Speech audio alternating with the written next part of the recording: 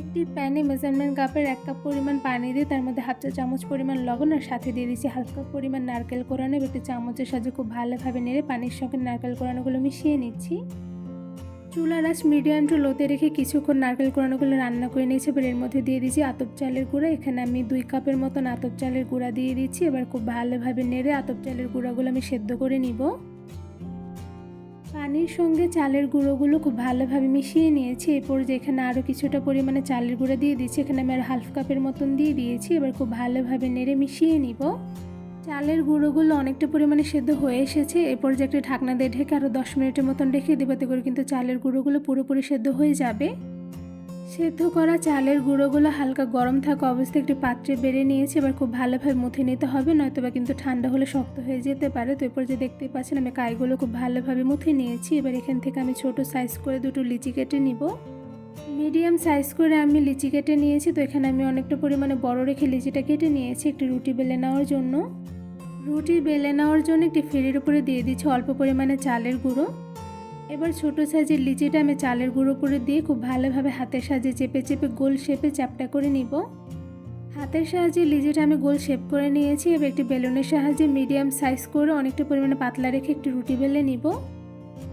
অনেকটা পরিমাণে পাতলা করে মিডিয়াম সাইজ করে আমি একটি রুটি বেলে নিয়েছি। তো এখানে দেখতে পাচ্ছেন কতটুকু সাইজ করে আমি রুটিটা বেলে নিয়েছি আর রুটিটা কতটুকু পরিমাণে পাতলা রেখেছি আশা করি আপনারা দেখে বুঝতে পারছেন। এবার এই রুটিটা একটি কাঁটা চামচের সাহায্যে আমি ডিজাইন করে নেব। তো এখানে ডিজাইন করার জন্য উপর থেকে জাস্ট একটু ছিদ্র করে নিব, তো করে দেখতে কিন্তু খুবই সুন্দর হবে।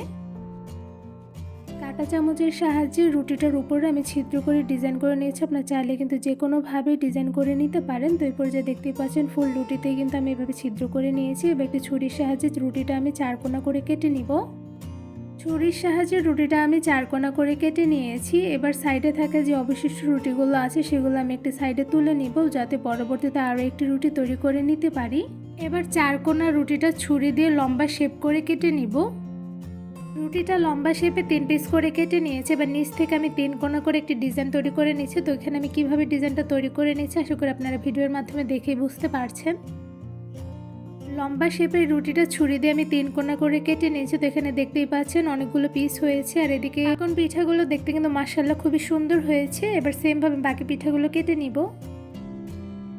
সবগুলো রুটি দিয়ে আমি অনেকগুলো পাকন পিঠা সেম ডিজাইনে কেটে নিয়েছি। আর এদিকে দেখতেই পাচ্ছেন মাশাআল্লাহ পিঠার ডিজাইনটা কিন্তু দেখতে বেশ সুন্দর হয়েছে। এবার এই পিঠাগুলো আমি গরম তেলে ভেজে নিব। পিঠা ভাজার জন্য একটি প্যানের মধ্যে দিয়ে দিচ্ছি রান্নার সয়াবিন তেল পরিমাণ অনুযায়ী।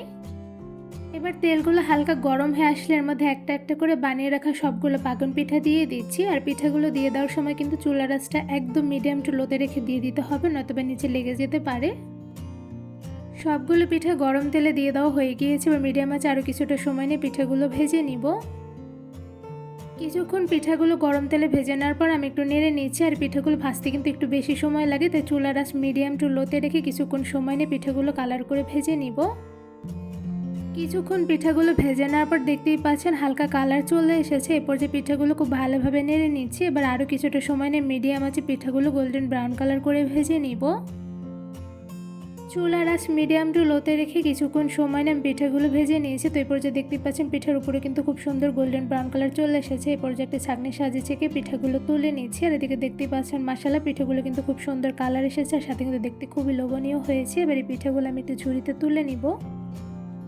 এবার চিনির শিরা তৈরি করার জন্য একটি প্যানের উপরে দিয়ে দিচ্ছি চিনি। এখানে আমি 3 টেবিল চামচ পরিমাণ চিনি দিয়ে দিচ্ছি, আর সাথে দিয়ে দিচ্ছি অল্প পরিমাণে পানি। এখানে আমি হাফ কাপের মতন পানি দিয়ে দিচ্ছি। এবার খুব ভালোভাবে জাল করে শিরাগুলো রান্না করে নিব। কিছুক্ষণ শিরাগুলো রান্না করে নেওয়ার পর এই পর্যায়ে আমি একটু নেড়ে নিচ্ছি। এবার মিডিয়াম আঁচে আরও কিছুটা সময় নিয়ে শিরাগুলো আমি রান্না করে নিব। কিছুক্ষণ মিডিয়াম আঁচে শিরাগুলো জাল করে রান্না করে নেওয়ার পর দেখতেই পাচ্ছেন শিরাগুলো কিন্তু অনেকটা পরিমাণে আঠালো হয়ে এসেছে। তো এই পর্যায়ে আমি একটা চামচের সাহায্যে শিরাগুলো খুব ভালোভাবে নেড়ে নিচ্ছি। আরও কিছুটা সময় নিয়ে শিরাগুলো জাল করে রান্না করে নেওয়ার পর দেখতে পাচ্ছেন এবার কিন্তু শিরাগুলো প্রপারলি তৈরি হয়ে গিয়েছে। এবার এই শিরার মধ্যে আমি ভেজে রাখা সবগুলো পাকন পিঠাগুলো দিয়ে দিচ্ছি। এবার পিঠাগুলো চিনির শিরার সঙ্গে খুব ভালোভাবে নেড়ে মিশিয়ে নিব। এই পাকন পিঠাগুলো কিন্তু এমনিও খাওয়া যায়, যেহেতু আমি আজকে রসালো পাকন পিঠা তৈরি করছি, তাই আমি চিনির শিরার মধ্যে পাকন পিঠাগুলো দিয়ে খুব ভালোভাবে নেড়ে আমি নামিয়ে নিব।